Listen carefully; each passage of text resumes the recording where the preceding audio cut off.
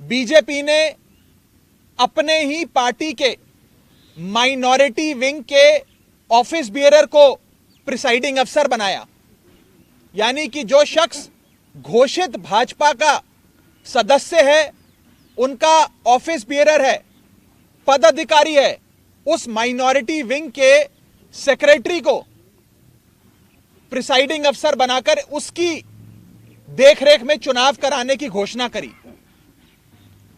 चुनाव में जब वोटिंग समाप्त हुई और काउंटिंग की बारी आई तो इस भाजपा के ऑफिस बियरर प्रिसाइडिंग अफसर ने किसी भी पार्टी के इलेक्शन एजेंट को आगे नहीं आने दिया। आप सब जानते हैं, आप सब चंडीगढ़ मेयर चुनाव देखते आए हैं, जब भी वोटों की गिनती होती है तो इलेक्शन एजेंट, तमाम पार्टियों के इलेक्शन एजेंट अपनी आंखों के सामने काउंटिंग टेबल पे खड़े होकर काउंटिंग करवाते हैं।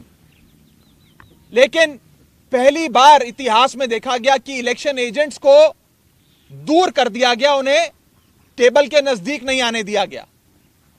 और उसके बाद जो हुआ, आपने देखा कि कैसे भाजपा के इस पदाधिकारी ने, जो प्रिसाइडिंग अफसर था आज के चुनाव का, उसने अपने पेन से बैलेट पेपर पर इंक लगा लगाकर उस सारे बैलेट पेपर को इनवैलिड किया और फिर चुनावों की गिनती में, वोटिंग में, वोट काउंटिंग में उस एक एक बैलेट पेपर को इलीगल घोषित किया। पहली बार चंडीगढ़ मेयर चुनाव में कुल 36 वोटों में से 8 वोट इनवैलिड घोषित कर दिए गए। इतिहास में आज तक नहीं हुआ। आम आदमी पार्टी और कांग्रेस के गठबंधन को 20 वोट पड़ने थे, हमें 12 वोट पड़े और हमारे 8 वोट इनवैलिड घोषित कर दिए गए। और भाजपा का एक भी वोट इनवैलिड नहीं घोषित किया गया। भाजपा के और उनके कुल वोट 16 थे, उनको 16 वोट पड़े और आम आदमी पार्टी के 20 में से 8 वोटों को इनवैलिड यानी कि अवैध घोषित करके हमारे वोटों को घटाकर 12 कर दिया गया। साथियों, जब भी किसी भी वोट को अवैध घोषित किया जाता है या इनवैलिड करार दिया जाता है तो उस वोट को दोनों पार्टियों के काउंटिंग एजेंट को दिखाया जाता है अवैध घोषित करने से पहले। यह डमी बैलेट पेपर है जो मैं आप सबके सामने लाया हूं।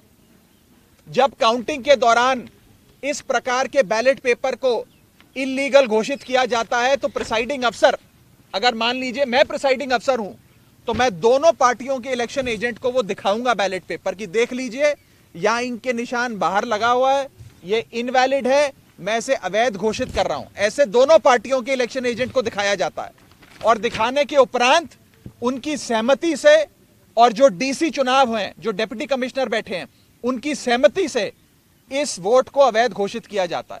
लेकिन आज ये नहीं हुआ। आज ना इलेक्शन एजेंट को दिखाया गया, ना डीसी को दिखाया गया और बस एक एक कर आम आदमी पार्टी के वोटों को और कांग्रेस पार्टी के वोटों को अवैध घोषित कर दिया गया। यह दिखाता है कि भारतीय जनता पार्टी इतने छोटे से एक मेयर के चुनाव में, म्युनिसिपल कॉरपोरेशन के मेयर के चुनाव में अगर इस प्रकार की गैर कानूनी असंवैधानिक घटनाएं को अंजाम दे सकती है, तो आप सोचिए कि लोकसभा चुनाव की हार देखते हुए ये लोग क्या करेंगे। क्या भाजपा इस देश को नॉर्थ कोरिया बनाना चाहती है कि इस देश में चुनाव ही ना हो और चुनाव सिर्फ उसी स्थिति में हो जहां भारतीय जनता पार्टी पूरी मशीनरी को रिग कर पूरी चुनावी प्रोसेस को विशिएट कर चुनाव जीत सके। साथियों, मैं अनिल मसीह, जो भारतीय जनता पार्टी के माइनॉरिटी विंग के पदाधिकारी हैं और आज के प्रिसाइडिंग अफसर हैं, उनके खिलाफ कार्रवाई की मांग करता हूं। आपराधिक मामला दर्ज होना चाहिए और उनकी गिरफ्तारी होनी चाहिए।